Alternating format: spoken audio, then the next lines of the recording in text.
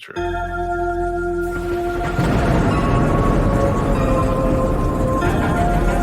Hello, kiddies. Welcome to Dads from the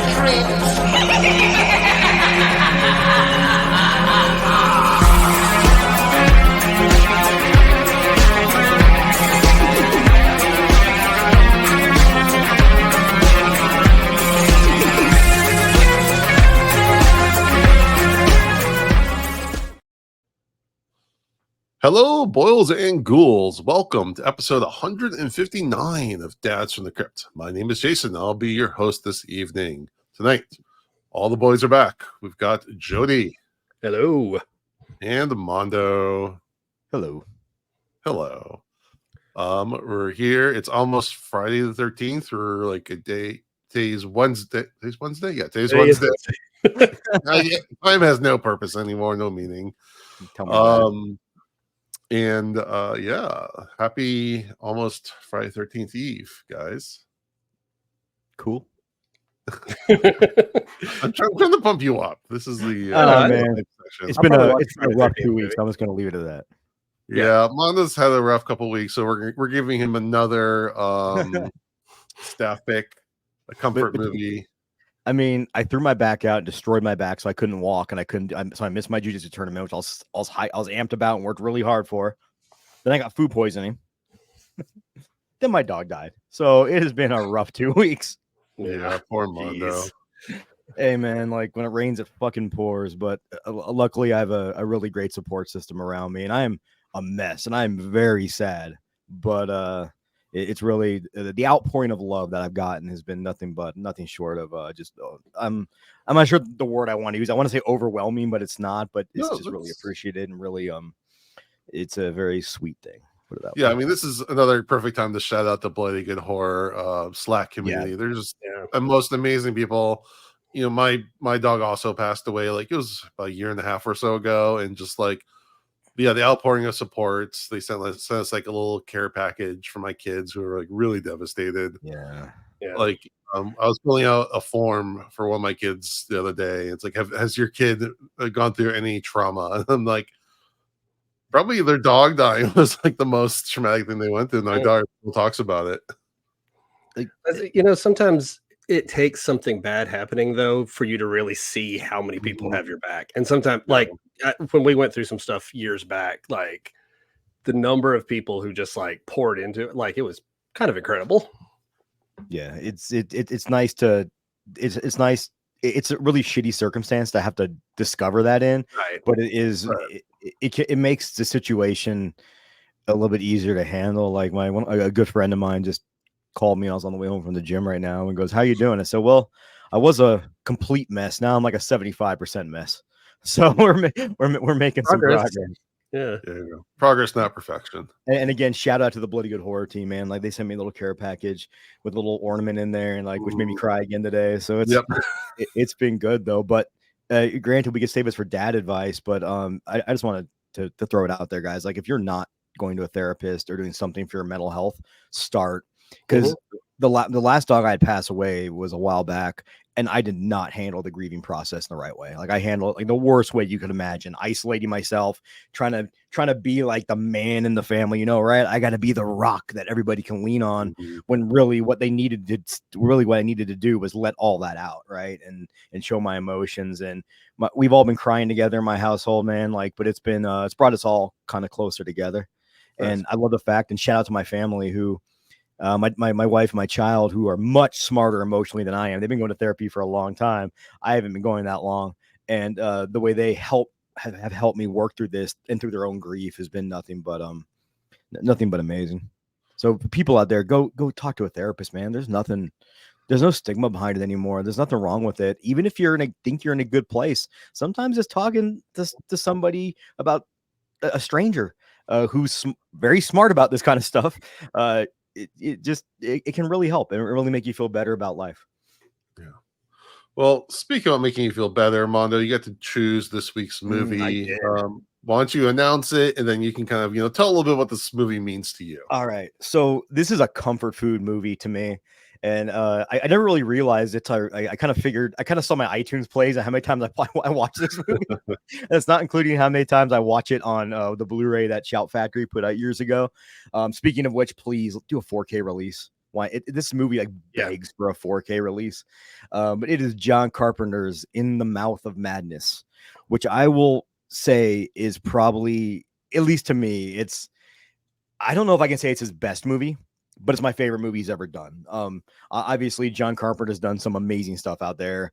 It's hard for me to say this is better than The Thing or better than the original Halloween, but I do enjoy this more than both those films. It's always I'm a big fan of Sam Neill as well. Like I love Sam Neill, especially when he can be in these unhinged kind of roles. This one, he's not unhinged at the beginning. Obviously, he becomes unhinged. Well, he is, and then he's actually fatally unhinged at the beginning. So it's always been like that. I'm also a big fan of not the person Lovecraft, but I'm a fan of his work. Like for any J.K. Rowling fans out there that are like, how do we separate the art from the artist? Fucking talk to a Lovecraft fan or a well-adjusted. They've been doing it for 100 years. Like I imagine J.D. Vance likes Lovecraft the person and not his work. We're the opposite on this podcast. Not really into those horror novels, but that guy, he had some great ideas. Hey, if H.P. Lovecraft can name his cat that, why can't? Oh my god! Let's be honest. Someone has definitely said that before, but this movie is just a piece of comfort food for me. I saw it when it first came out, and I don't think I really appreciated it. Really? Because it came out in '95, I think. Yeah. And I was 12, so I really didn't appreciate it at the time as much as I should have. Like I thought it was kind of a cool movie. But looking back on it and seeing all the elements they put into it and how ahead of the time some of the story was and how it's really meta and how it comes around I think is just a phenomenal movie and one of my favorites. And if you haven't seen it yet, please just pause the podcast, stop the podcast right now and go watch the movie. I think most horror nerds would enjoy this one. Yeah, people talk about the 90s, especially early 90s, not being a great time for horror, but there's a lot of hidden gems, I think. If you dig a little bit, that just bombed at the time that can be reappraised. I mentioned earlier, the shirt that I'm wearing tonight is a bunch of VHSs stacked, all 90s horror on here. You got Scream, New Nightmare, Mouth of Madness, Candyman, Halloween H2O, Army of Darkness. Like there's so much more in the 90s than people give it credit for. Blair Witch Project 2, Book of Shadows. Fuck yeah. Right, I should have picked that one. Damn it. Only if you watch, think Jody actually likes that too. I do like that. Yeah. Only if we can watch like the reassembled backwards cut or whatever it is. Oh, I haven't even heard about that one. I know there is there's a reverse thing, like the word reverse or whatever. That's the one that that's the one that never got released, right? Yeah. Okay. No, it was supposed to be like you could edit it yourself or something like that. Like hidden breadcrumbs in the movie. We never saw the director's actual vision for the movie. Whoever the company was messed it up. Yeah, because I remember he said at one point, I think he actually was an interview he did with Bloody Good Horror about it with Eric from Bloody Good Horror, and talking about how like he had a completely different cut of it that just got lost. And it's really sad to hear that because I'd love to. I'd kill to see that. Hey, I'm good friends with the mayor of Burkittsville, and so I've tried to get him to use his mayorly influence to get that movie released, but he said he doesn't have that power for some reason. Tell him, let's have this man run for president, and he can make an executive order to release the original cut of Book of Shadows. That's what his platform is. Hey, you know what though? I think a lot of people go for it. If after like 25 years though, they found the Hellraiser Bloodline work print. I'm sure there's someone might stumble across it one day. Also really quick, I had the wild hair the other night and I watched Darkman for the first time in 25 years. Darkman's so good. That movie rocks. Like it's a very quick 90 minutes of just like awesomeness. Larry Drake is so Liam good. Neeson. Yeah, Larry Drake is so good. Liam Neeson is just like chewing scenery. Yeah. And it's like you can see all the components of like what Sam Raimi wanted to do for Spider-Man is all kind of there. Mm-hmm. And speaking of 90s too, and Larry Drake, Dr. Giggles, that was a great 90s horror film. Love Dr. Giggles. Absolutely. Yeah, it's a great movie. Demon Knight. All right. Cool. Yeah, Demon. God, of the course. 90s. How do we not mention Demon Knight? Jesus, guys. Well, I mean, right there, yeah. It's on the shirt too. Is on there? Okay. Yeah, of course. Cool. All right. Well, Jody, I'm excited for this. I want you to explain this movie to me. I want to know everything in a logical, linear fashion. Hey, I will say, so watching it this time, I felt like the plot, like I remember the first time watching it thinking like this movie has a really like twisty, confusing plot. I followed this movie this time. Like it made perfect sense to me. I've only seen, this is just my second time and it's probably been 15, 20 years since I've seen it. So Nice. Yeah, it's been a while. Yeah, I was telling Mondo earlier, like I think I saw a while ago. I was like, okay, and then I saw it like within the last year, but I was a little inebriated. I could not figure out what was happening in the last half. This time, yeah, it was a little bit more linear. I remember it. I might have to break away for a second, guys, and put on my Sutter Kane t-shirt. I totally forgot. I should have worn that. Do you read Sutter Kane? All right. Jody, give us a plot synopsis. Okay, so in the midst of some kind of disaster, we're not sure exactly what's going on, but a doctor in a psychological hospital or an asylum of some sort visits a man named John Trent, who is a patient there now. He had just got dragged in, fought his way through, but he got locked up in this place and drew a whole bunch of crosses on the wall and all over himself. And so the doctor asked him, what happened? And he tells his story. That's our wraparound. So this man, John Trent, he's a insurance investigator. His job is to spot fraud when anyone makes an insurance claim. And he has lunch with the owner of an insurance company who asked him to work with his largest client, a New York-based Arcane Publishing. During their conversation, a man attacks the window of the building where he's eating with an axe and smashes the window down and asks, "Do you read Sutter Kane?" And before he can kill John Trent, he is shot by the police. The man was Sutter Kane's agent who went insane and killed his family after reading one of Kane's books. We found out that sometimes, people keep saying, sometimes his books affect more mentally unwell people in strange ways. And so Trent goes to meet with the director of Arcane Publishing, Jackson Harglow, who tasked him with investigating the disappearance and recovering the manuscript for his final novel. He gets his editor, Linda Stiles, to go with him. And, she explains the whole thing about like the books can cause things that less stable people. And Trent's really skeptical. He thinks this is all just some big long con, the whole missing author thing. It's to raise publicity. And so he buys a bunch of the books, reads them apparently really fast. And then he notices that all the covers have this red line on them. And he takes all the red lines and cuts them out like puzzle pieces and puts them together, and they make New Hampshire. And in the middle of it all, this big red dot, a place called Hobbs Inn, the fictional setting for many of his books. For a second, did you cringe a little bit as he's cutting up the covers of his paperbacks? Yes. Oh gosh, yes. Me too. When he pulled out that scissors, I'm like, no. I never know what to do with old books. I can't destroy them. I can't throw them away. I just have to store them forever. I can't. I do the same thing, dude. Same thing. I don't want this book anymore, but I can't hurt it. It's just going to be here forever. All right. So on their drive, they take turns driving.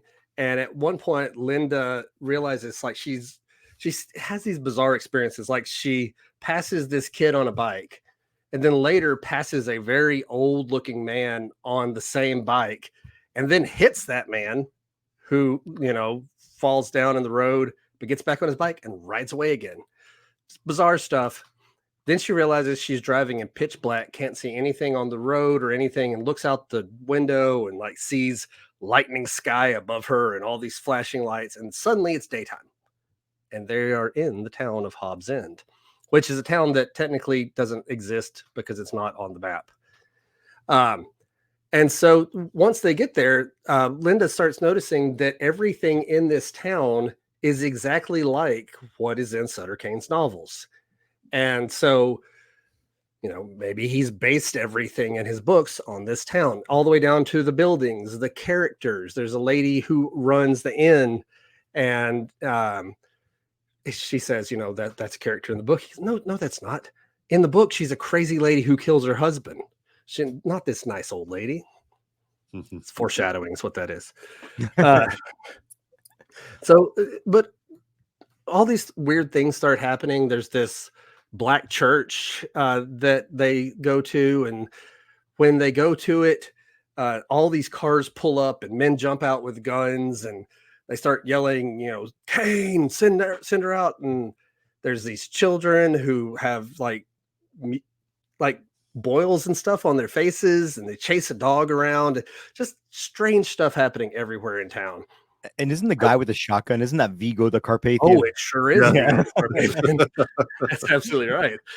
I couldn't think of him as anybody else. Same. So Trent thinks this is all just staged. This is all part of the whole thing, that he's going to come back and talk about the spooky haunted town. It's going to raise publicity and they're going to make more money. Linda admits that, yes, there was some staging going on originally, but the whole thing about like the time being weird and the exact replica of Hobbs End, all that, none of that was supposed to happen. Like, that's not part of the con. And so later, Linda goes into the church to confront Sutter Kane, who we see earlier is actually in that church. And he exposes her to his final novel, which by expose, I mean like grabs her face and jams it into the novel. And it drives her insane, and she starts kissing him. And he has like, what's the little guy from at the back of the head? No, with a Q. No. Gabriel. Gabriel. He's got a little Gabriel on the back of his head. Little mutant. And so then he runs into Vigo the Carpathian, who says, you need to leave. And then he commits suicide after saying that he's just a character written to do it. Outside, a whole mob forms and they chase after him, and he tries to drive away, but it's that thing where as he drives away, suddenly he's back in town again. So he drives away and he's back in town. After he does this 3 or 4 times, he then drives through the crowd and crashes his car and gets knocked out. And he wakes up in the church with Linda, where Kane says that the public's belief in his stories have actually freed an ancient race of beings called the Old Ones, who will reclaim the earth. He reveals that Trent is actually one of his characters, and he has to follow the plot that he had written for him, which is to take his new book, In the Mouth of Madness, back to the publisher so that it can be spread throughout the world and the Old Ones can then take over. After giving him the manuscript, he says, go out like this back tunnel, and this giant tunnel appears. And then Kane reaches and like grabs his own face and starts ripping it apart like it's paper, and rips a hole like in reality, like it's him and the wall and everything else. In the space-time continuum. Yeah. I thought it was more as opening like a new dimension for the right. I think it's where the monsters are coming from, or the Old Ones are coming from. And so Trent goes down the tunnel, ends up back in the real world. He tries to get Linda to come with him, and she can't because she's already read the whole book. He ends up in the real world at a country road, and a little boy on a bike pulls up. By the way, do you know who that is? No, Hayden Christensen. Yeah, Hayden Christensen. Oh, yeah. He's cool. Anakin Skywalker. Yeah. This is a weird little thing. So anyway, he goes back, or he gets the manuscript and he destroys it, and then goes back to Arcane, the publisher, and he's telling the publisher all about it. And the publisher says, who is this Linda you keep bringing? I didn't send anyone with you. You went there on your own. And he says, well, don't publish this book. I said, well, we've already published it. It's been out for months. It's already been on shelves. There's a movie coming out. And so then things are just kind of going crazy around there. People are waiting for the movie. And you keep hearing reports about these rise of violence that's happening all over the place. Trent runs across a guy who reads the books. You can see he's got the blood coming out of his eyes. And Trent murders him with an axe. And that's why he's arrested and taken to the asylum. And so that's his story that he's been telling Dr. Wren this whole time. And Dr. Wren says, this is nothing. This is hallucination. And then that night, you hear all kinds of crazy sounds happening outside of his room. And he wakes up and the asylum's abandoned. And radio announcer says the world's been overrun with these monstrous creatures and there are mutants and there's outbreaks of suicide and murder and things have gone completely crazy. And so Trent's walking down the street and he notices a theater where In the Mouth of Madness is playing. It's In the Mouth of Madness with John Trent. And so he goes in and watches the movie, which is the movie we've just watched, but as his reality. And he just starts laughing and crying as he realizes reality is not what he thought it was. And he may actually just be a character in all of this. The end. That makes sense. Hey, I think you nailed it, man. I think that's pretty accurate. It's a lot of movie. Like there's a lot of plot. It's a tight like 95 minutes. Like it moves. Like there's no dead space in this movie. There's no downtime. Yeah, and a couple one scene you didn't talk about is when he's on the bus. Yeah, oh yeah. There's several cool little scenes like that. That's one of my favorite scenes in the whole movie when he's on the bus and he wakes up from a dream, so to speak, and he sees Sutter Kane next to him. And he's like, "You're not real. This is a dream." He goes, "Just want to let you know my favorite color is blue." And when he wakes up, like everything is blue, like the Tim Burton filter. Yeah. So Sutter Kane is Tim Burton. Yeah. I also left out one of the cool effects. I mean, I left out several like monster scenes and effects scenes in here too, like because they're more like adjacent to what's happening around. But like at one point, Linda crawls out of the car backwards, like with an upside down head. Very cool stuff. Very Thing reminiscent, you know. It was weird to get her in the car. He punches her in the face. Like in a very like Wickerman style. Yeah. No, my favorite effect is that like wall of monsters that chases them down the hallway. Yeah. It's like so like it's like a horde, but it's cool, but it's so obvious that it's just like a platform with a bunch of like monsters and some people in suits or whatever, all kind of tied together. And if you look, you kind of see them pushing it in the background. Yeah. I didn't catch that. That's cool. Like if you look at it's one of those things like if it's a high enough resolution, so I'm looking at the screen, you can kind of see the seams and stuff. Yeah. But that's what I like about those kind of effects. Like it's so tangible, it's just so cool. And like it's just again, it's the kind of thing you lose with CG. And I'm not one of those people that's like, oh, all CG sucks. But a bad CG effect has like no weight, no presence to it. Where even a not perfect physical effect, at least it's there. It's something in our realm of reality, even if you can kind of see the wires and whatever.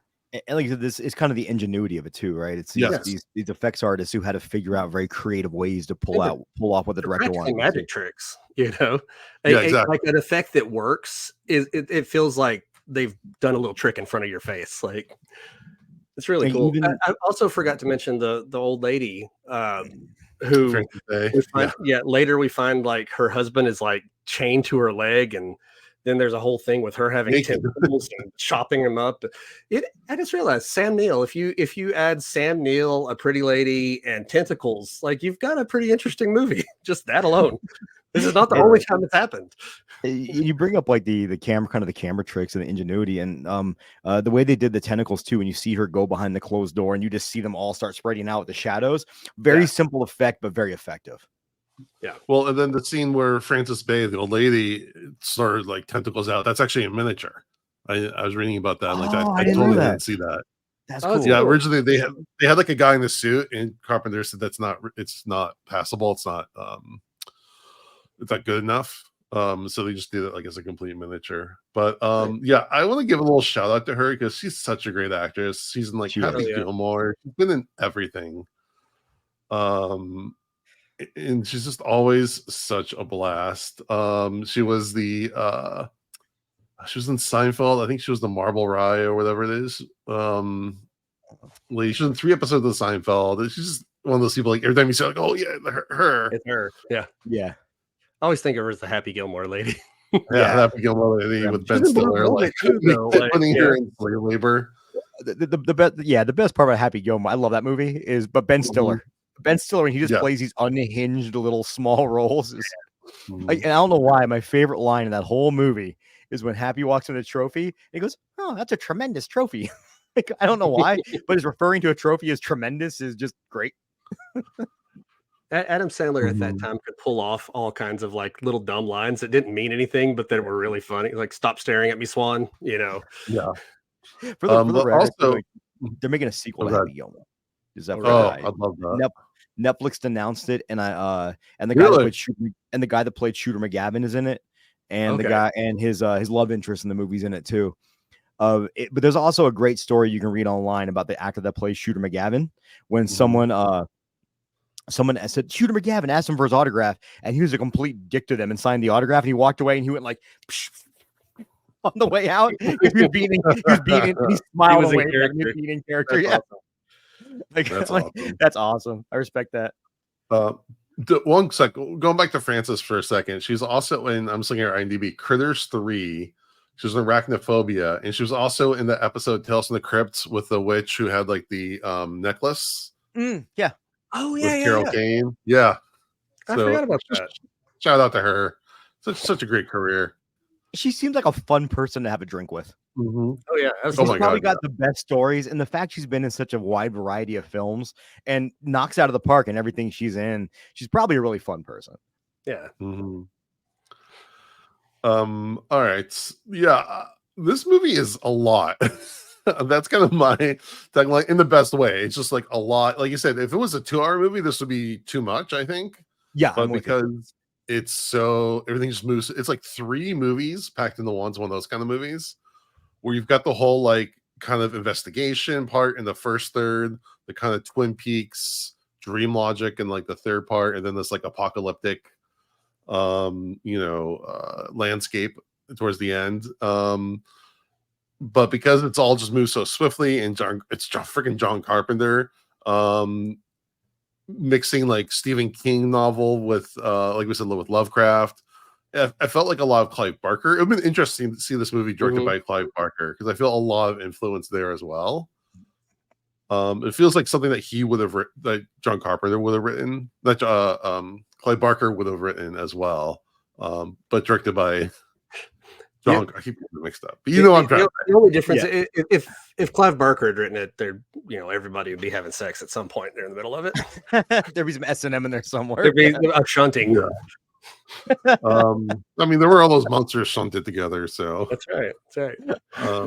It's kind of one of those movies that, like, how the hell did this even get made? I mean, it's only made for $10 million, so it's like, and it's all on the screen too. Like, for the cast that this has with John Glover, Dave Warner, Charlton Heston. Yeah, it's just so many great actors. I don't know how they convinced him to be in this like nonsensical on paper movie.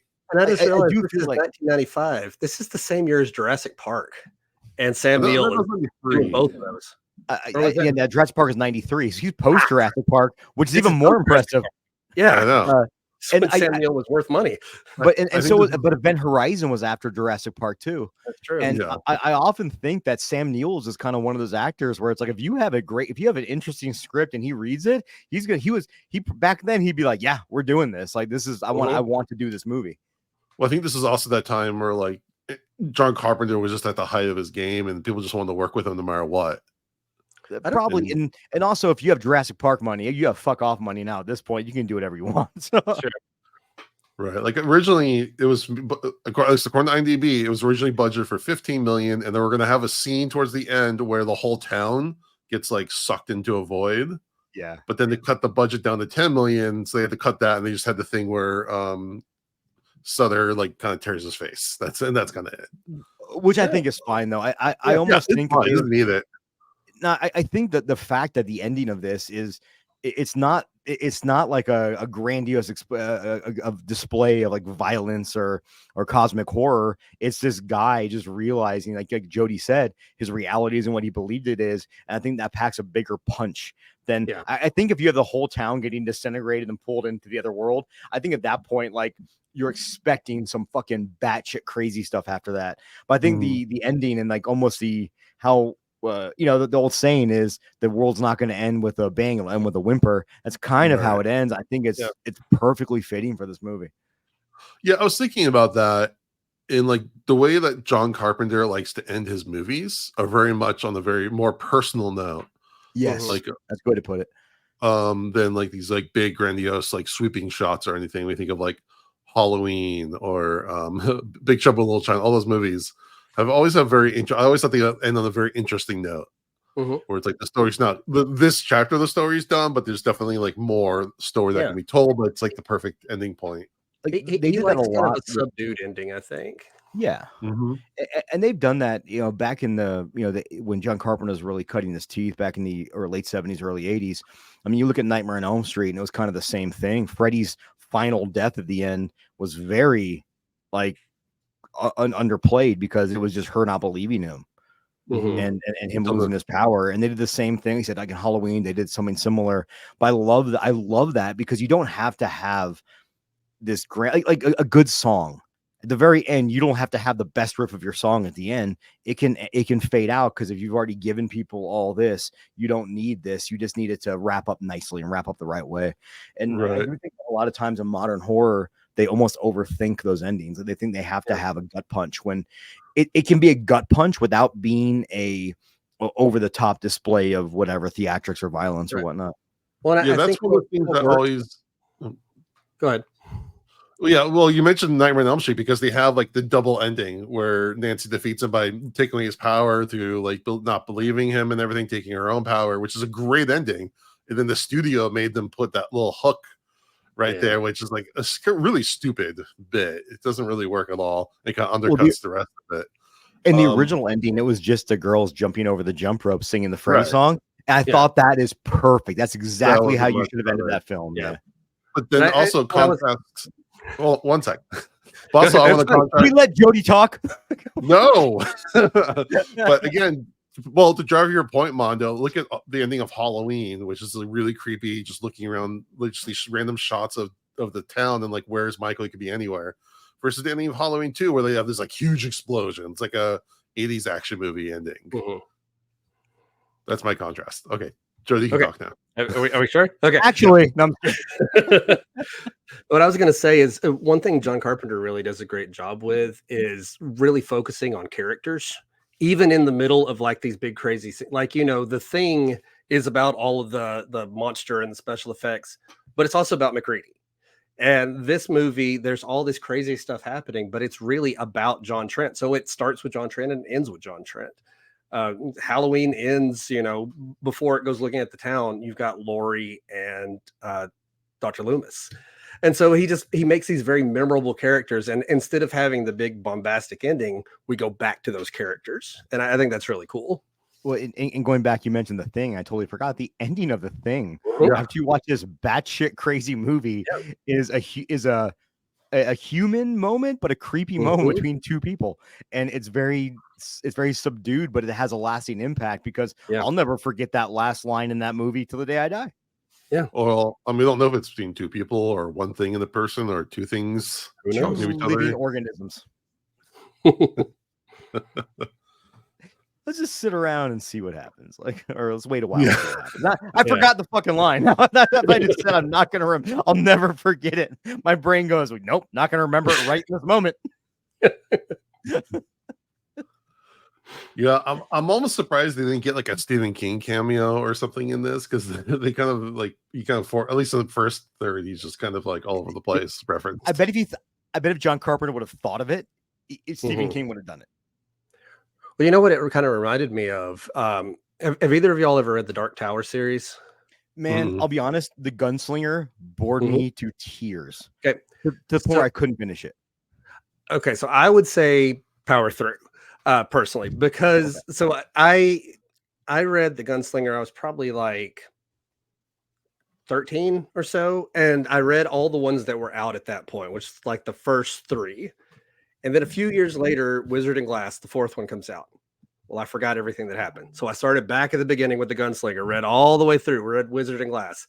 And then he got hit by the car, and it took him forever to get his books written again. And so he finally released all the rest of the Dark Tower books several years later. So I had to start back at the beginning again because I forgot everything and had to reread. Anyway, I think it's worth it.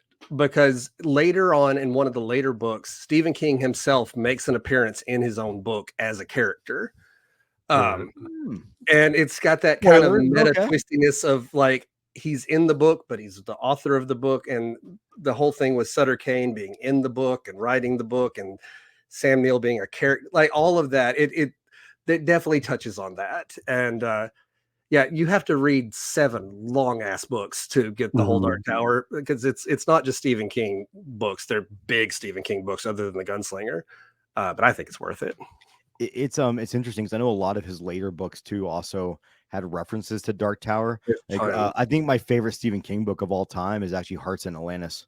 Yeah, and there's a huge Dark Tower connection to that one. Yeah, in that book, like that's one of the few first books I ever like fucking made me like put me in tears by the end of it, because it's such a beautiful story at the end of the day. And but that as a book that made me want to go read the Dark Tower series. I never read it, and then The Gunslinger just turned me off so much. But like I said, get through The Gunslinger. It feels like a very early Stephen King book. He probably wrote that, before he developed his style. By the second one, you're deep in Stephen King territory. So like, get through the first one to give you a backstory, and the rest of it, I think you'll like a lot more. And while we're talking about Stephen King is great on the X platform, which I hate calling it X. We don't call it X. I refuse to acknowledge that. Imagine spending that much money on a brand name, on a brand and a name that has that much value, and then just changing the name. It'd be like buying fucking Walmart and changing it to like Sam's, John's. Yeah. John's. Like, what the Kroger. Fuck? He's great. He's great on there though, because he just goes in on people, and it's pretty fantastic. People that deserve it, let's be honest. Yeah. 2 things I wanted to bring up. I love, again, all the Lovecraft bits, like Arcane Publishing. Mrs. Pickman is the name of the woman. Yeah. I can't remember. There's some other like names and stuff. Just even the old ones are those. That's Lovecraftian. Yeah. Well, even like the passages that they're reading are like direct quotes of Lovecraft works, like kind of tweaked a little bit. Yeah. I love the scenery of it too. Like even at the beginning when he falls asleep and he goes down and the cops are beating that man, and which is still happens today. Fucking quantified immunities bullshit. But I'll get my political jab in for the day. Well, I already shit on JD Vance, but you know what I mean, like, that's not hard to do. JD Vance, an enemy of couches everywhere, and but it was fuck it, I forgot, but it was really interesting. I love that scene because they have such a great, John Carpenter's such a great eye for those shots that just highlight that desolate city and the grittiness of it all. And I really love that piece of it too. And much like what I think I love about this movie is when you first start watching, like, something's up, right? You know that like there's going to be that they're going to this fictional town, but some weird stuff starts happening. Bad things are going to happen. But I think the first time you watch this, you have no idea where it's going. Yeah. Like it has so many really fun twists and turns. And at the end, it all makes sense, which is another beautiful thing about this, because it's really easy. I'm looking at you, High Tension, to make a movie and then try to figure out like a cool way to twist that almost invalidates good portions of the rest of the movie, where this one doesn't do that. It stays very, very true to its kind of message. And like Jody said, like one of the best parts is at the end, just seeing John Trent on the marquee. Yeah. It's a really well-written script. Definitely. Yeah, well, speaking of the script, it was written by, let me make sure I get the name right. I have to scroll the way up. Michael DeLuca, who wrote a bunch of the Freddy's Nightmares episodes. He wrote Freddy's Dead. And he also wrote Judge Dredd, the 95 Sylvester Stallone. And then he hasn't written anything in a while. I don't know if Judge Dredd was the best movie to have on your resume. Well, but then he's been doing just producing since then. Yeah. So again, I'm very curious to know more about the how this movie came together. Like, what is the origins of it? Going from Freddy's Dead to Madness in just a few years. and you want to know what I love? Yeah, I can hear. There's a little bit of that meta type stuff going on in Freddy's Dead too. Not as much as what would come later, but But also has like this like weird out of space town that they go into. There's a lot. Actually, I see a lot in there. And there's a lot of those like wake up dream sequences. And speaking of Freddy 2, this came a year after New Nightmare came out, which New Nightmare is another one of those movies that when it came out, I was young, but I remember people not liking it. Well, I loved it the first time I saw it too. Don't get me wrong, but I know like it was a lot of contention over that where people just didn't like how it went. But nowadays, I think it's a masterpiece and that it was way ahead of its time with everything it was doing. And I wonder if John Carpenter took a little bit of inspiration for that with what he did for the kind of movie within the movie kind of idea or the meta. I hate the term meta. Is there a better word for that? No, I mean it's what it is. I think Mark Zuckerberg ruined meta for us, but I think you said it was ahead of its time. I think people just weren't ready for that kind of like New Nightmare or this story either, because this movie didn't do great, right? Like it did not. It didn't do great in the box office, but I think it did good at home video sales, right? Okay. Maybe it was bad with the critics or something. Either way, people weren't ready. Like it took Scream making meta like accessible for people to go back and go, hey, they were doing the same thing a few years before. Yeah. And another thing, the soundtrack in this movie is fucking awesome. The intro song is like one of my favorite John Carpenter pieces of all time. And it's so great because if John Carpenter tours again, guys, go fucking watch him play. Because when he played this song live, he had the backdrop because he had the square backdrop within the Mouth of Madness clips playing during the whole thing. Oh, nice. And it was just like, I get goosebumps thinking about it. It's one of my top 5 favorite concerts I've ever seen in my life. So please, you guys get a chance, go see that because god damn it, can John Carpenter write a song? Well, we keep talking about good things about this movie. I'll also throw in how cool some of the camera work is in this. I was noticing, especially like in the car scene as they're driving through, it should be a pretty standard scene. He's asleep, she's driving. But the way he uses darkness and shadows in those scenes, like everything is just like it exists in this void. Like the bike, you just see a couple little lights on it. And there's nothing beyond what you can see. You can see the yellow stripe in the road. You can see the bike. You don't see any distance or anything. He just uses darkness really well in those scenes. And just the way that he lays everything out, I think is really cool. It's like always interesting, even in like normal scenes. It's also got some decent humor to it as well. Like some playfulness to it where at the beginning when he obviously thinks that this is a publicity stunt and he's kind of just being, I don't want to say a jackass. He's kind of playing along. Why does he have a bicycle clown horn in his glove box? Like if people fall asleep on him while he's driving. But I did love that. I did love that part because Sam Neill looks so proud of himself after he honks and wakes up Styles. Well, I was wondering, is that a rental? Like, was it actually his car or not? Like, this makes it even funnier.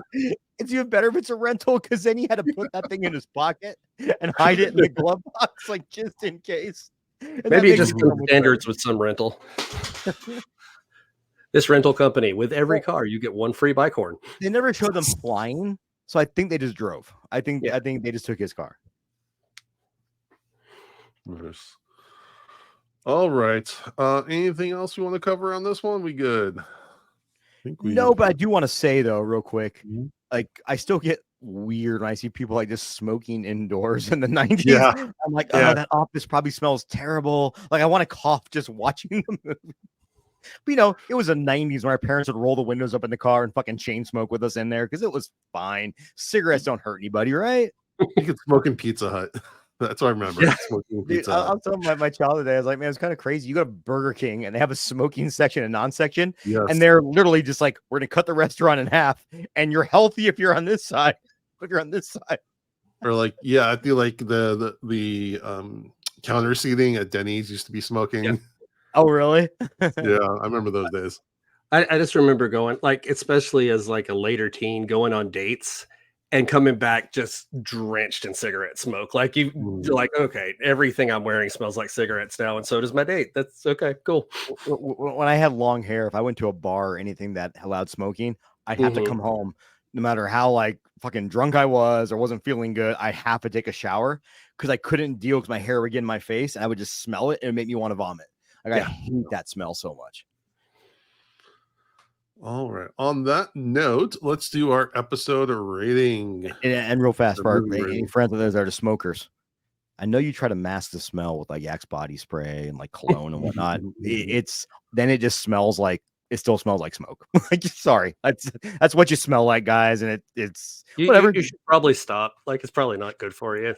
You know, like I get it. We all have our vices, but like, David Lynch put it really well because he just got diagnosed, I think, with lung cancer, with emphysema. With emphysema, yeah. And he said, he's like, I love tobacco. I love smoking. Like, I'm not going to pretend it's good for you. You know, this is one of those things where it's like, you know, I say this as I'm fucking throwing back beers while we do our podcast. So I'm not the one to talk, but the difference is me drinking this beer isn't making my anybody else in my house smell weird. So. Okay. Again, on that note, we'll do our episode rating. Mondo, I wonder 5. what you give this. It's a fucking 5, dude. This movie's just in take away like again, like Jody mentioned the camera work. You mentioned the effects, the story, and how it wraps around and how it goes all these twists and turns. The tight runtime, guys. You can do a great movie in an hour and 35 minutes. You don't need 2.5 hours to do a good movie.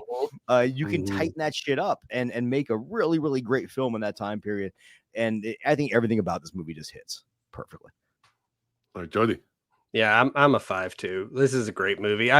Like I said, I haven't watched it in years, but I definitely will be watching it more frequently than I have because I've been reminded how great it is. It's John Carpenter, like firing on all cylinders. I want to go watch it again right now. I just watched it yesterday. Yeah. All right, Mondo, what do you think I'm giving it? 4.5. I'm doing 5. Oh shit! Okay. Yeah, no, that's like Jody just said perfectly. The way you talked about it, you've been so positive on it. Like I was thinking maybe he's gonna get it at 5, but since he's asking me, there's a plot twist. No, it is perfectly what it is. It's got amazing effects. Sam Neill, I can just watch Sam Neill just walk around the house. Yeah, he's just always massively entertaining. Throw this like this movie, Possession, and Event Horizon, and like has Sam Neill been in a horror movie that wasn't awesome? Who's in Dead? There's also in Dead Calm, which I've always wanted to see with Nicole Kidman and Billy Zane, like on a boat. I've never watched that one either. I've never seen that either. I think next week, guys. I was talking about it. We might do a Sam Neill September month. I'm actually very serious. I would love to. I'm not against that. I'm a big Sam Neill fan. So if that's the movie I'm thinking of, The Simpsons did a parody of it at one point, Treehouse, and I love that one, and I've wanted to see it ever since that Simpsons episode. I haven't ever gotten to it. So yeah. Okay, September is now Sam Neill month. And if anyone out there has any of our Patreons or anybody out there listens has a great like Sam Neill recommendation that's not like Possession, obviously, or Event Horizon, let us know because like that'd be pretty cool just to hear like maybe some of his lesser known films that people are into. Put a pin in that for our Patreon section, actually. When we get to that in a moment. Okay. All right, Mondo, give us your song of the day. All righty. This is the part this part of the show where I'm going to try not to cry.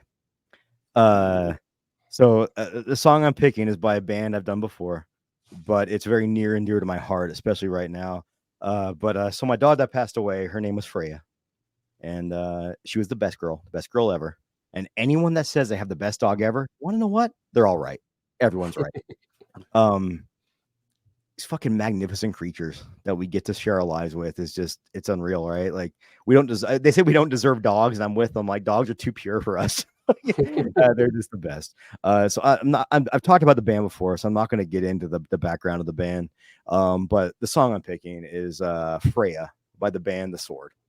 Because it's been on repeat in my house, man. I had to learn how to play guitar too, because I'm like, I gotta honor her a little bit. But yeah, it's funny because it's not funny, but I was flying home. I found out she passed away Thursday morning, and my wife doesn't call me when I'm on a work trip. And I changed my flight to get home Thursday afternoon, and it was around 11 o'clock. I was at City Field working with the New York Mets, and she texts me and goes, "Can I call you?" And I just knew, like I knew right away, and I was in shambles, man. I went to the airport afterwards, and I'm just sitting there, just trying to. It's hard to process this stuff, right, in public, especially when I just want a room. I almost went in the breastfeeding room just so I could have some privacy and just have a good cry. So I just had my iPhone on playing music, and I hit random. And I hit random, and one song came on. I didn't like hit next, and Freya by the Sword came on, and I was like, "You gotta be fucking kidding me!" But I sat there and listened to it because I needed to do that and bask in that. And so people out there, if you don't, the Sword is like Black Sabbath. They really are. They're one of the bands that you can just tell they smoked a lot of pot and listened to a lot of Black Sabbath and wrote great music. And Freya's off their first record, Age of Winters, which is a phenomenal record from start to finish. And the other piece of that record that'll always be like nostalgic to me is that there was a song called because it came out in 2006. There's a song called The Winter Wolves, and there's a part in there where they have wolves howling. And that was my daughter's favorite song for forever when she was a little kid because the wolves were. So sweet. It's got a lot of meaning to me, and yeah. So rest in peace, my good girl. I'll miss you forever. Sorry. Hey man, I'm hurting, dude. Like I really am. Yeah. But like I said before, all the love from everybody has been nothing short of wonderful. And I'm trying really hard not to fucking like lose it and start crying on this podcast. But all right, Jody, it's how I feel, man. And you want to know what? I'm too fucking old to hide how I feel. Yeah. All right, Jody, let's do some horror news. And fuck JD, there's no transition from this. Out of it. No, hold on a second. Fuck Trump and JD Vance while we're at it. Because if anybody eats fucking dogs, it's those guys. Yeah. And also, let me show you my cool shirt. Very nice. Based off the Monster Squad, right? Like the Stephen King roll shirt. I saw this shirt one day. I was like, I have to own that. All right, so going in a completely different direction. Let's talk about some trailers. We have our first trailer for Piglet, a spinoff from Winnie the Pooh, Blood and Honey. I told you, completely different direction. Yeah, Piglet. They're making a Piglet movie, so I mean that exists. Have y'all watched either of the Winnie the Pooh, Blood and Honey movies? You mentioned the second one's better, right? Yeah, the first one is complete garbage. Like it is almost unwatchable. It's so bad. Damn. Second one though, kind of fun. Like it's stupid, but it's kind of fun. It's at least got better effects and like a cool mask that actually moves instead of just like this dopey looking non-moving Pooh mask the entire time. I do think it's one of those things where it's like that's a really hard IP to make a horror movie out of, where when they did it with the Banana Splits, I thought that movie was actually a lot of fun. A lot of fun. I love that movie. But the Banana Splits aren't as iconic as a character as Winnie the Pooh is. You know what it is though? We say the Banana Splits movie is a lot of fun. That first Winnie the Pooh movie has no sense of humor whatsoever. Like it is grim and dark. And it's like you're playing with Winnie the Pooh as a slasher. You should be having fun. Like you should be doing stupid stuff on purpose to make it funny. I mean, that's why I love the mean one, the Grinch one that came out like a year ago. It's just so much fun. They just lean into the absurdity of it. Yeah. I still need to watch that because I love David Howard Thornton, and who better to play an evil Grinch than David Howard Thornton? Yeah, I mean, go into it knowing that it's stupid and absurd, but if the movie knows it's stupid and absurd, then they can have fun. Yeah, exactly. Yeah. The first one it's totally grimdark. Like it's trying to be like, look what we're doing to your classic toy. You know, like something stupid. But that's like a one joke that like wears itself out in a few minutes. Very quickly. So. The second one though, decently fun. They know what they're doing. Tigger has one-liners in it, you know, kind of stuff. A little bit of Freddy in there. If I can bring a piece of news, I'm sure Jody's probably going to get to this. I'm just stealing his thunder. But speaking of David Howard Thornton, they've officially announced the Terrifier 3 popcorn bucket. Yep, I've got that in my list here. I figured you did. I'm sorry. I'm not sure if half of those things are real when they pop up on the internet.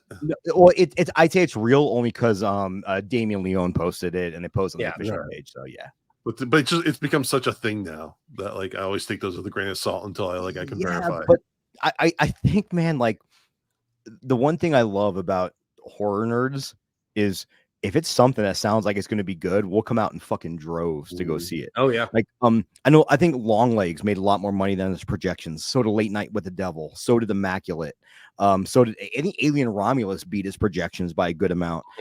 Because if there's buzz for horror films, they know the horror nerds are going to come out and they're going to buy these fucking popcorn buckets. And that's what I love about us horror nerds. That's have to pre-order these popcorn buckets. Like that, they know they're going to sell out in 15 seconds. I don't eat popcorn anymore. I'm buying one. That's my one beef with them. Is just they're like impossible to get now. So like I feel like they need to hold some for the actual release date of the movie. Okay, Boomer. I know. I'll get with Jason on this one though, because I know it's just like all of my NECA figures. There are people out there who buy up all the good stuff and then put it on eBay for 5 times the price, and I hate those people. Well, they are awful people. My beef is I took my daughter to go see Beetlejuice, and she was like really excited that she saw those online and she really wanted one. So she had which one? Because there was a couple. I can't remember because they had a sandworm one. Yeah. Yeah, and then my son actually was able to get one of the handbook for the recently deceased popcorn buckets. Like it's like a case that but yeah, she saw the pictures and everything. She was really excited, and they even went back to check because she was getting a little upset. But then I bought her off with some candy. But well, I'll probably buy her.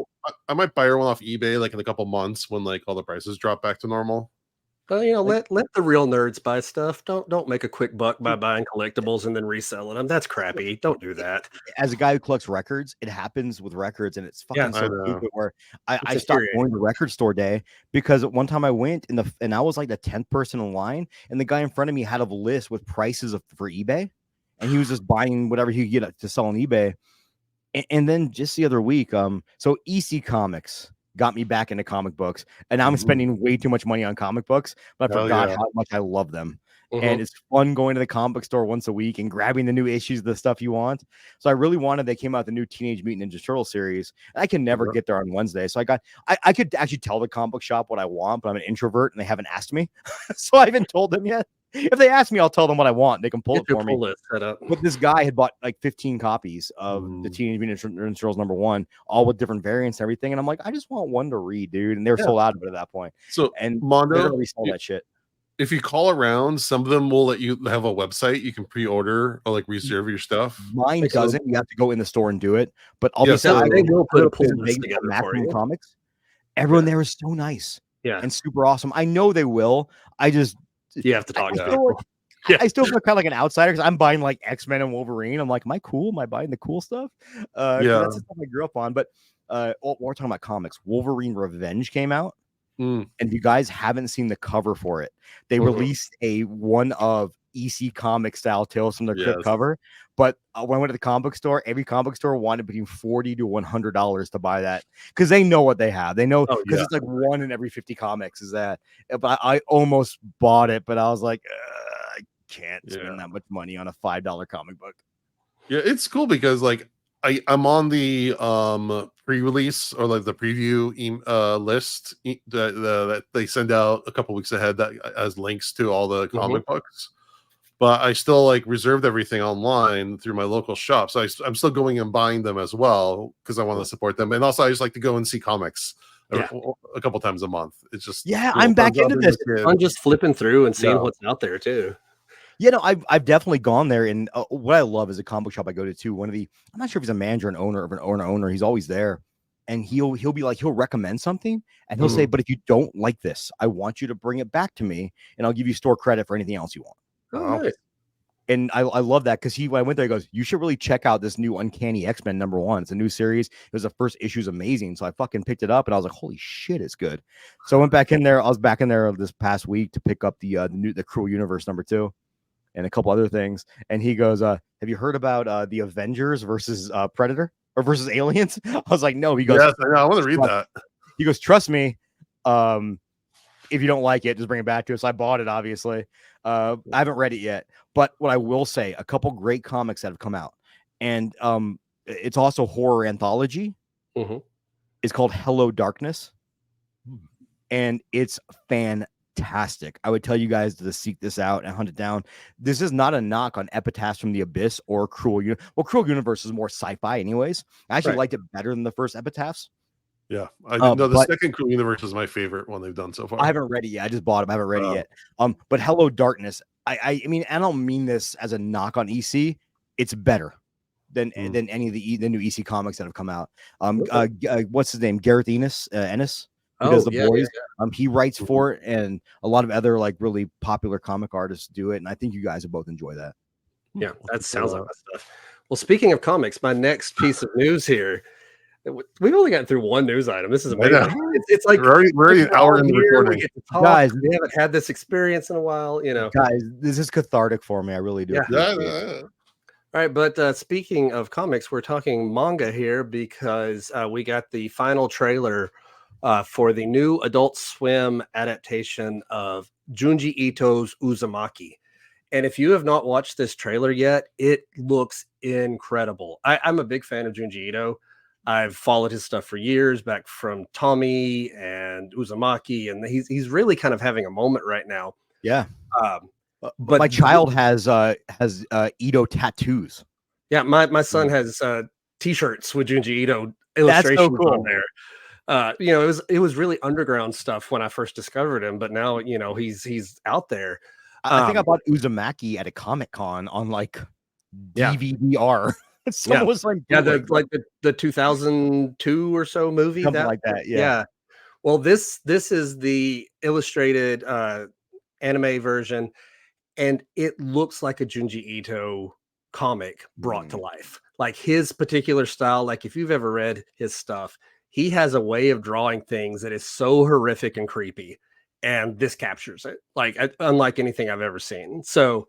Definitely recommend checking out that trailer. It's coming to Adult Swim or to Netflix. I don't know if it's actually doing Adult Swim or if it's coming to what's the Max anime thing they do. This coming to Max the next day. Crunchyroll or is that no.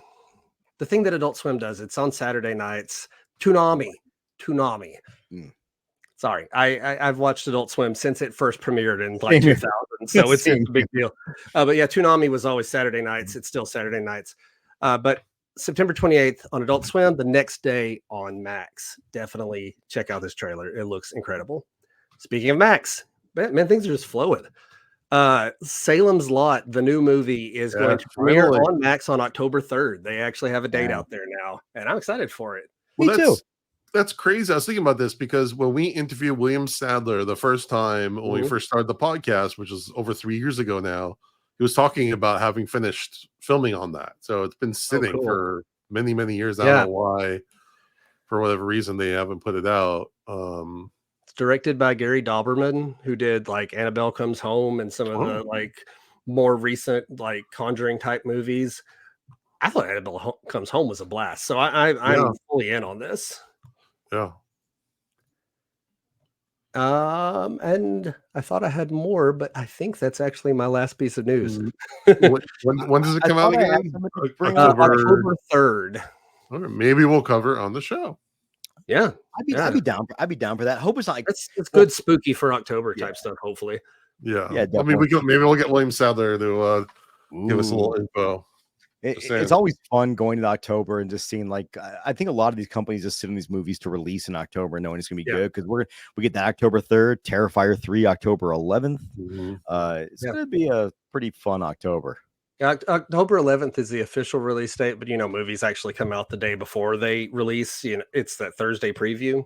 Yeah, and that is my birthday. I'm gonna go watch Terrifier 3, and hopefully, if I can pull it off, a Saturday night also comes out that night. And have you seen trailers for the news? It's about the Saturday Night Live one. Yeah, the first episode of Saturday Night Live. It's like behind the scenes. No, I haven't seen really good. That either. It looks incredible. That does sound cool. I haven't seen that. Jody, what else is coming out in October? Like any other major horror releases? I know Netflix has like released their slate of they always release some horror movies in October, but I don't have that pulled up right now. While you're doing that, I was having this thought of like there's been like Alien Romulus and Beetlejuice, which you would think would be more October movies. I think because the window to digital release is so short, that they're putting those movies out now so they can go digital in time for Halloween. Yeah, people are more willing I'm to sure stay Beetlejuice home. is going to be out on VOD Yeah, I'm mid-October sure. at the very latest.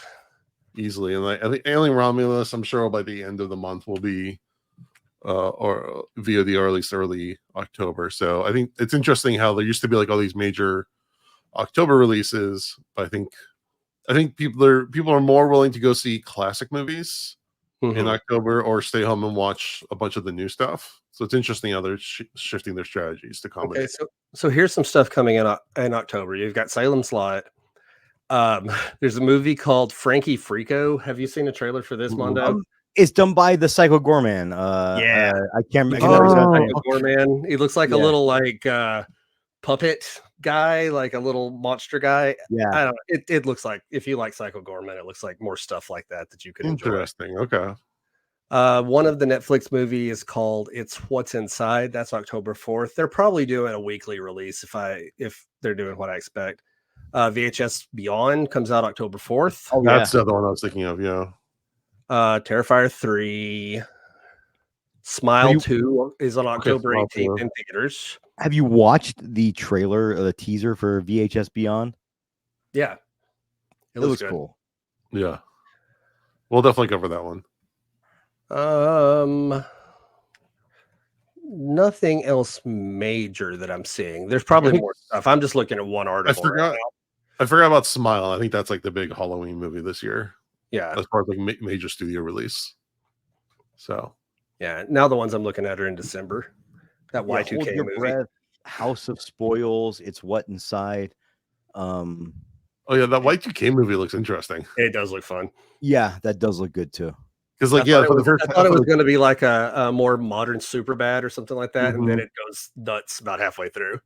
Yeah, I know. I was like, oh, I remember Y2K going to a party that night. Yeah, we did no too. Monsters. And my dad did the thing where you cut off the power by like flipping it on the breaker box, and so like right at midnight, all the power went off. I was working at Kmart at the time. I was 16, and we were out of like water and canned goods, and it was kind of crazy. The Platform 2 comes out. That's I never watched The Platform. I heard a lot of people talk about it with like all the layers and like people are higher and lower, and it seems like a metaphor in a movie, like kind of something about society, or I don't know. I've never actually seen it though. All right. But let's move. We're almost into spooky season. I think we're technically in spooky season by this point. So we're in spooky season in January for us. So there isn't a season for like us. Year-round spooky season. Okay. Well, I put out, just going to our Patreon section for a minute, I put out a call to ask people what their favorite Sam Neill movie is. And I'm bringing it up right now. We have our friend Whitney said Event Horizon, which great movie. I watched that movie for the first time during the pandemic. Oh, and that's a choice. Hey, you want to know what though? I was so mad at myself that I hadn't seen it before. I'm like, holy shit! Hellraiser in space with Sam Neill. How have I never seen this fucking movie? The good Sam Hellraiser in space. Yes. You want to know what though? Jason, have you seen the work print yet of Bloodline? No, I keep meaning to. I can't find it online. It's I bought a Blu-ray drive to rip it for you. Ignore that. That's not you're a good friend. But I didn't realize it's a 4K disc. I couldn't rip it. It's all right. We'll figure it out. I'm not saying that's a bad movie per se. It's just not a good Hellraiser in space movie. Well, the way Doug Bradley talks about it is his co-star in that. She was a model. Again, going back to the theme of like Bordello of Blood with them using models and actresses. He talked about how there's scenes where he hated the way he delivered lines because he was so frustrated with her. Well, it's not even that. That's again another Alan Smithy movie where Kevin Yeager technically directed it, but then the Weinstein fucked it up. So there's a lot wrong.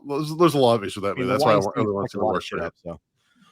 All right, we got a vote for Jurassic Park from Alyssa, and our friend Ashton said The Piano, which The Piano, I've never seen that before. Oh, okay. I remember hearing about it when it came out, but it's one I never sat down and watched. Yeah. But it sounds like we're doing Sam Neill. It's a romance drama, but damn, Sam Neill looks fucking different in this movie. He looks almost like, if you look at a picture of Sam Neill from this movie, he could almost play Wolverine. Oh yeah. Oh, a young Sam Neill's Wolverine. Hell yeah. He's a little stocky. Not stocky, a little thin, wiry. I wonder how he looks nowadays, because he could totally be old man Logan. Yes, old man he Logan. definitely did that. Yeah, I feel like people don't give Jurassic Park enough credit nowadays either. Like, it still holds up. I saw it in theaters when one of the Jurassic World movies came out. I actually got to see it in theater for the first time. Jurassic Park is awesome. I saw that at a drive-in. It is perfect. Yeah, it was amazing, and I watched it with my kids recently. It's just so good. It always holds a special part of my heart, because my grandpa took me to go see that right before he passed away, and absolutely loved it. I know, dude. I'm talking about death tonight, brother. Like, it's what it is. All right. Dad advice. Mondo, what else you got for us?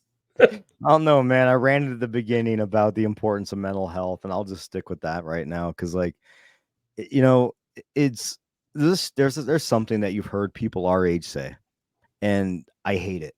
I hate when people like, so our job as parents is to help lessen the curve of generational trauma. That's really our job as parents. And I will never, ever in a million years claim to be the best parent in the world. I made a lot of mistakes. I was a young dad at 19. I love the fact I'm young, and I can relate to my daughter on a different level that a lot of parents can't. I love that.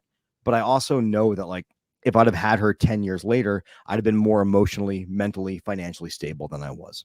So I know I made a lot of mistakes. And the best thing I ever did was pay for their therapy to help them cope with a lot of this stuff. And they're more emotionally mature than I'll probably ever be at this point. Like, I'm blown away sometimes at the way my daughter can have conversations and what she can talk about, and what they can talk about. Sorry. But the importance of this is, like, as parents, is like, therapy is important for everybody. It really is. And I was always one of those people that was like, who needs to talk to a shrink? And then when you do, and you feel better about your life, and they help you work through things that you're dealing with, and tell you if you're feeling, and validate your feelings, or tell you, like, hey, you're looking at this the wrong way. Maybe you need to shift your perspective. And the thing my therapist told me on Monday, which was beautiful, because I asked him, the hardest part about dealing with loss and with death is that I equate it to when you have a cold and your nose is stuffed up, and you forget what it's like to not have a stuffed up nose. Like, you can't imagine ever having a clear nose again that you can breathe out of both nostrils. And that's how loss is. Loss is like, you can never imagine again being normal, because nothing's going to be normal again. And she told me, she goes, don't ever, like, think of anything as being normal, because there is no normal. Like, tomorrow is normal. The day after that's normal. Normal always changes for everybody. So the point I'm getting at here is, I know, man, like, I know there's so many people out there, and especially men, that deal with mental health all the time, and that don't go to get help because it's not a manly thing to do. It's not a macho thing to do. You know what? I fucking listen to extreme metal. I fucking go choke people all the fucking time for fun. And I go see a therapist, because I know that, like, as much stuff as I do to try to fix all this shit, talking with someone who's a professional can really lend a lot of weight. And I feel like even if you think you're in a good place, even talking about that can sometimes realize that maybe I'm not as good as I thought I was, and I have stuff to work on, because we all have things to work on as human beings. And I truly feel like the minute we stop trying to better ourselves as human beings is, like, when we start decaying and when we start dying, because at that point we've given up. And whether you're doing something for your body physically, I mean, we always talk about how much working out. We don't, obviously, but we always. I don't either. I love jujitsu. If I had to go fucking, like, do cardio, it's just not gonna happen. Like, that's all there. I was 300 pounds, dude. Like, until I discovered jujitsu. So, but everyone talks about, like, exercise and everything, but therapy and meds are totally fine too. There is nothing wrong. Guess what? Your brain doesn't produce the right chemicals. Let's try to help that out. Yeah. Like, why would we ever fucking shit on people for that? When you know what? Your liver, my pancreas doesn't produce enough insulin, so I was on medication. Like, it's just how it is, and it's okay. And I hope that as we age, and as our kids get older, and they have kids, if they have kids, that we normalize this more and more, because mental health, man, like, if I was still like I was 10 years ago and trying to deal with this death of like my best friend, like I wouldn't be able to deal with it. I would not deal with it in healthy. I'd be fucking drinking a bottle of bourbon a night and trying to just work through it and be the strong person when my family knows this is my dog. This is my, no. So it's and I owe that all to my family being in tune with their emotions, thanks to therapy, and to my therapist for helping me walk me through it. So, and that's not a knock, man, like on any friends or family or anybody that's reached out to me with their condolences and their sympathies. I truly appreciate all of it. But talking to a professional, like, you know what, I can probably change your oil, but you should really take that shit to the dealership. Well, and you know, and I have therapy every other week, and like, it's just having someone that's impartial but has like insight into your life. It's just so invaluable. And you know, I'll fully admit, most weeks I don't want to do it. I'm saying with you, dude. I have so much anxiety leading up to that conversation. That's why, like, they have a regular time. You know, I'm like, damn it, I should have canceled. I forgot to, so I have to do this. I don't want to, but every time I'm always in the better place. Well, and there's so many options nowadays too. Yes. Like, it's very easy to find an online, and not just like BetterHelp and stuff like that, but like through your provider. A lot of times you can get online help, so you can do it right there in your house. I have access to doctors without leaving my home. I live in a very small town, so I have very limited options nearby, but there are options for anybody. I do mine virtually because my therapist is granted, in Vegas, we're spoiled. A 30-minute drive is too far to drive anymore. So but the fact that I'm on the road a lot for work and I can still do these sessions and find time to do it is just a godsend to me. Like, I've never met my therapist in person, and I really do want to do that. It just hasn't been the right time to do that yet. So, but you can find so many great resources. Yeah, I was gonna say, also, if you live near university, a lot of them have programs for like student therapists or like getting their hours or whatever. That, like, they're still managed or, you know, observed or whatever, but you know, if money is a barrier, there's resources and, you know, there's ways to do it. Some employers offer EAP, and it's they'll pay for therapy for you because they realize that people need this, and you really do, man. Like, I mean, God, I can't explain enough how much better it's been for my life and for my personal well-being. And I think everybody should at least try it once. Tony Soprano did it. If Tony Soprano did it, anybody can fucking do it. Well, let's say like he might have used it for nefarious purposes, but the fact, though, they highlighted a character in the 90s. A male with power and with influence going to a therapist. When you really think about that, it's kind of groundbreaking. No, I know, totally. And I honestly wonder how many people saw that and said, I can do that. Because if Tony Soprano can do it. And Tony Soprano is not a good person. Like, I love series where by the end of it, you're like, who should I be rooting for? Right. But the fact he went to therapy, I think it actually did break down some walls and break some stigmas. Sure. But he does say if they knew I was talking to you, they'd kill me. Yes. Right. Yeah.